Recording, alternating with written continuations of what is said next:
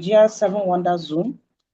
Like you said, I have been part of some major festivals within the North Central Zone. I've seen them evolve from community festivals to global recognized festivals and events. The journey was not a smooth one, actually. It required a lot. It required a lot of professional impact. It required a lot of visibility. And then it also required professionalism because over the years here at the North, when I was at the zonal coordinator here, I'm going to give an example with a festival like the Nawai Festival here. Nawai Festival is a festival that we, from the onset, saw to it that it got recognition because the community were very involved and wanted to see how this culture of theirs would get this recognition because they have a rich culture. Unfortunately, they also got a king who was very interested in promoting and the culture. So together, we're able to put heads together and started putting our professionalism, started giving insights, started promoting Nawai to the point they are today.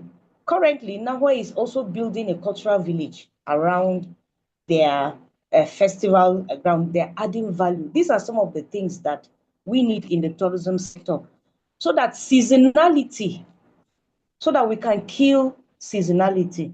It's not enough to say that you come for Nawai Festival, spend 3 days, and then when you go, that's all. The local community will not benefit anything again. They are waiting for the next year. So with the cultural village, you know that when you go to Butura, that's where the Nawai Festival takes place.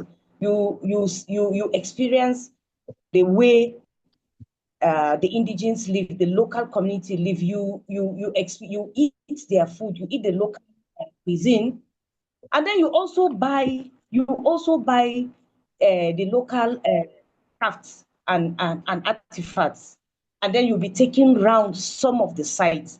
So having a cultural village will definitely kill seasonality.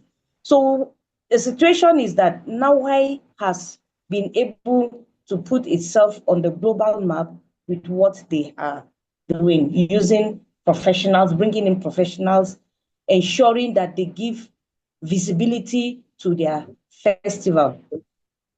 And then looking at the pathways again for festivals in Nigeria, like I said, we have to shift from the 3 day events to all year round so that we'll be able to kill seasonality. Then we package festivals as businesses. Let's package festivals as being not a celebration of events. Because if you look at the talk on revenue in the country, in Nigeria, mostly is oil. You look at remittance from oil, from communications. It tells us one thing, that we are treating festivals as events, not as economic engines. So we need to start looking at areas, we need to start harnessing areas where festivals will be revenue generators. Festival will impact on local communities. For example, I'm going to give example with Argungu Fishing Festival. Okay, Argungu Fishing Festival happened and about 50,000 people were able to participate in the Argungu Fishing Festival. Yes, that one has. Okay, what about coming back to experience the skills of building boats, the skills of constructing the local calabash they use in fishing.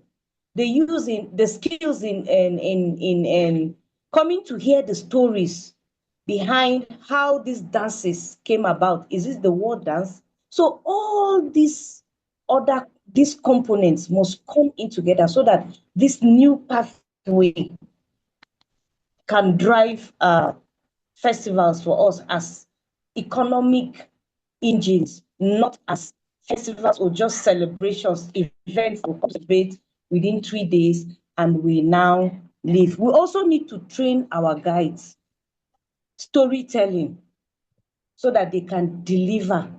It's not about coming to sell tickets. These tickets go for 500. But you should be able to come and tell them that if you pay me, a guy should be able to come and tell them, if you pay me 5,000, I'll take you to where I'll take you to the mask maker. I'll take you to the local drummer who is able to give you beats on war dance, beats on any type of cultural event or dance around Argungu. And then again, these festivals, they bring in development, infrastructural development within the community. Because of Argungu festivals, some of their Argungu cultural villages, the fishing villages, were renovated. They were brought in, they were renovated to meet global standards. Roads were also constructed. So these are some of the things that festivals in Nigeria can bring. Let's not forget that we have over 300 community festivals within Nigeria, and all of them are beginning to project themselves and gain recognition. So this to tell us that if we harness our cultural festivals, Nigeria will be a melting point for culture, because as it is, we have more than what 90% of countries in the world have. We have more than. So what we're saying is that we need to look at how professionalism can come in organizing our festivals. It's not about bringing cousins or relations to, okay, because you are a relation or you are a local committee person, you are coming to organize festivals. No, bring in professionals so that the community can start earning from the festival. I Okay. hope my time is not up. No, it's not on. I have questions for you to answer. One Okay. of it, Turaki at KB told us about some of the challenges they were having for Arugungu Fishing Festival. And you've talked about how is a model, the fishing village, there's a museum there I've been to, so I can't remember. And he talked about the fishing and the rest of them. But if you take away 1 month of the festival, what do you think can engage the people in the next 11 months? If you take away Badagry in Nigeria, I don't know any other community where you can do community-based tourism, where they are doing community-based tourism now, round the year. Every other thing is seasonality. You cannot deny the fact that visiting friends and relatives are also important in putting this together. How do we engage the youth? How do we expand the audience? How do we scale up? So I'll give you 3 minutes to answer that. Okay, we will need to have a value chain around the festival. Now, this value chain should be around skills. We have to bring in the youth to teach them skills, probably fishing skills, the craft of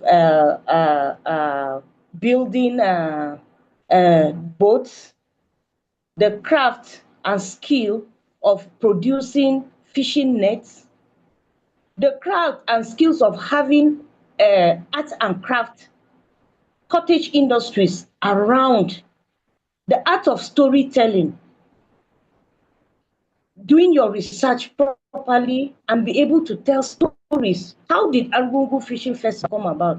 Because if you go for the festival, it's just about, okay, competition and that is all. So storytelling around Argungu must come into play so that at any time or any visitor can go to Argungu and be able to experience something, culture around the festival. Let me give you an example with what is happening in Plateau State now. Recently, we've had tourists from Spain and Germany come into Plateau. There was no festival, but they experienced culture because at the Jos Museum, we have different ethnic groups with their cultural villages. And in these cultural villages, there are a number of days given to each of these ethnic group to have it like a market day to promote culture and their local cuisine. So at any time a tourist comes into Plateau State, you experience culture. If you go to Afizere cultural village on a Friday, you experience their dance, you experience their cuisine, and you experience their tour around that village. So this is killing seasonality. We're not waiting for Nzembirom or Nawai or Ilumotaro. Now we have culture all year round. So that is what we're talking about. And we have youths from those places. We have youths who are in charge of cultural villages around having activities or having events like this, programs like this will definitely kill seasonality.